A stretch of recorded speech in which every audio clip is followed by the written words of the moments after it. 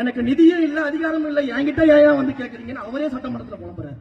இப்படிப்பட்ட சூழல்ல தன்னுடைய சொந்த கட்சியினுடைய ஒரு அமைச்சரே இருக்கிறாரு அப்படின்னா ஊழல் எந்த அளவுக்கு மலிந்து போயிருக்கிறது இந்த ஆட்சியில நம்ம பார்க்க வேண்டியது இருக்கு. கடந்த ஆட்சியில வந்து பாத்தீங்கன்னா மிகப்பெரிய ஊழல்வாதியாக சொல்லப்பட்ட திரு செந்தில் பாலாஜி அவர்கள் இன்றைக்கு திமுகவிற்கு வந்த உடனே வாஷிங் மிஷினை துவச்சு போட்டு அடுக்கெல்லாம் காய வச்சு தியாகி ஆக்கிட்டாங்க மகாத்மாவுக்குள்ளான அர்த்தமே எனக்கு ஒரு 5 நிமிஷம் மறந்து போயிடுச்சு. அன்னைக்கெல்லாம் எப்படி இவங்க திடீர்னு தியாகின்றாங்க? நானும் இங்க இருக்கக்கூடிய எங்க அண்ணன் மிகப்பெரிய வரலாறை பார்த்து வந்தேன். அண்ணன் கிட்ட தியாகின்னு கேட்டீங்கன்னா சுதந்திரத்துக்காக போராடிய தியாகிகள், தமிழ் மொழிக்காக போராடிய தியாகிகள் பேரெல்லாம் சொல்லுவாரு. திமுக காரர்கிட்ட செந்தில் பாலாஜி பேர சொல்லுவாரு.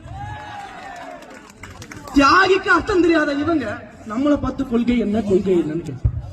இப்படிப்பட்ட ஒரு சூழ்நிலை, இந்த மாதிரியான ஒரு நிலைமையில இந்த ஊழலுக்காகவே வளர்ந்த கட்சி இருப்பாங்க. இப்ப கிடையாது. 1977ல புரட்சி தலைவர் எம்ஜிஆர் அவர்கள் அன்றைக்கு சொன்னார், இந்த ஊழல் ஆட்சியை ஒழிப்பேன் என்று சபதம் எடுத்தார். 10 ஆண்டுகளுக்கு மேலாக திமுக ஆட்சி கட்டலுக்கு வரல. அன்றையிலிருந்து இன்றைக்கு வரைக்கும் எதுவும் மாறல, ஊழலும் மாறல, அப்படியே தான் இருக்கு இந்த திமுக. இன்றைக்கு புரட்சி தலைவரின் மறு உருவாக நம்முடைய தலைவர் தளபதி அவர்கள் வந்திருக்கிறார். இந்த தடவை 10 ஆண்டுகள் ராஜா பர்மனண்டா நீ வீட்டுலதான்,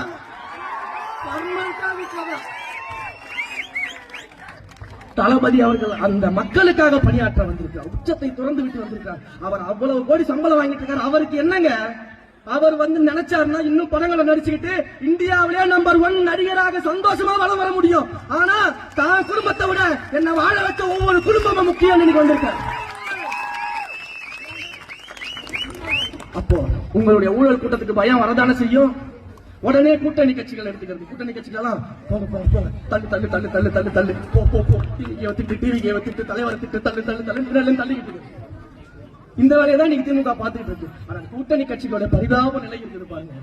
அவங்களுடைய கட்சியினுடைய கொள்கை என்ன, கோட்பாடு என்ன, எதற்காக வந்தோம், இது எல்லாத்தையுமே மறந்துட்டு தன்னை ஒரு திமுக காரனாவே நினைச்சிட்டு தாவேக்காவை திட்டிக்கிட்டு இருக்காங்க.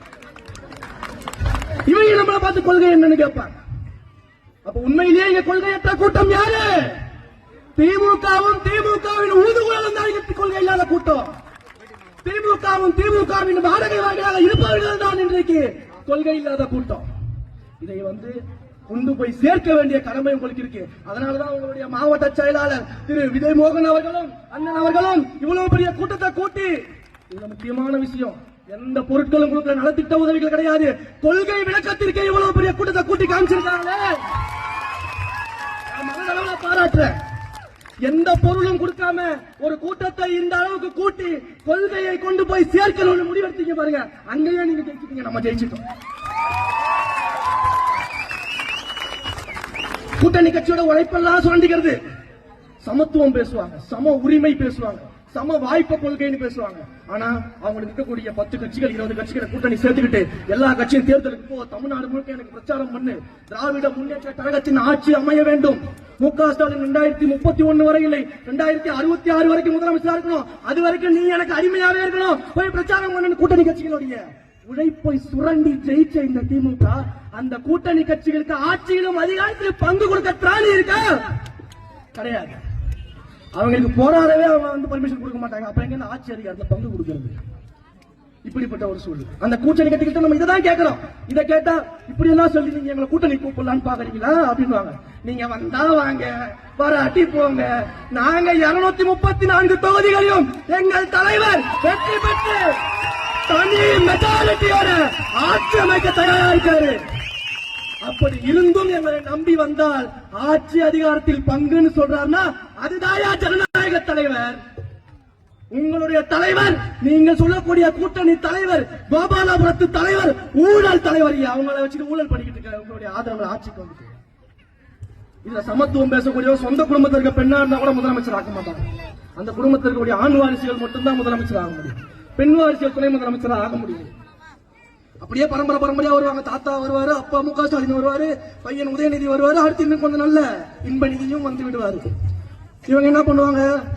ஐயா கலைஞர்கள் வாழ்க சொன்னாங்க, மு.க. ஸ்டாலின் அவர்களுக்கு வாழ்க சொன்னாங்க, உதயநிதிக்கு வாழ்க சொன்னாங்க, அடுத்து இன்ப நிதிக்கும் வாழ்கன்னு சொல்ல ஆரம்பிச்சுட்டாங்க. ஆரம்பிச்சுட்டாங்க. இப்படிப்பட்ட இடத்துல இருந்துகிட்டு துளி கூட மக்களை பற்றி கவலை இல்லாம கொண்ட கொள்கையெல்லாம் கொன்று புதைச்சிட்டு அடுத்தவனை பார்த்து கொள்கை என்னன்னு கேட்டு ஆட்சிக்கு வந்ததான் கனவுல இருந்ததுல மண்ணவாரி போட்டாரு என் தலைவர். இன்னைக்கு உங்க கனவுகள் அத்தனையும் தகர்க்கப்படும். உங்கள் கனவு கோட்டைகள் தகர்க்கப்படும். எங்கள் தமிழக வெற்றி கழகம் கோட்டையில் ஆட்சியில் இருக்கும். ஒரே ஒரு விஷயத்தை மட்டும் சிறப்பா சொல்லி முடிச்சிருக்கேன், சுருக்கமா சொல்லி முடிச்சிருக்கேன்.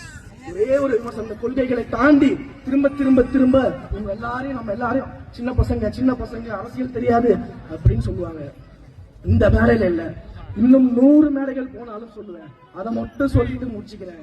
இந்த சின்ன பசங்க 2026 தேர்தலில் உங்கள் ஆட்சிக்கு முடிவுரையாது. எங்கள் தலைவரின் நல்லாட்சிக்கு துவக்க உரை எழுதுவோம்.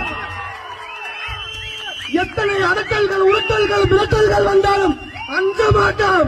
தேர்தல் களத்தில் உங்கள் கதை பிடிக்காமல் ஓய மாட்டோம்.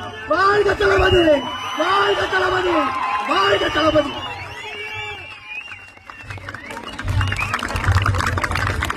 அடுத்ததாக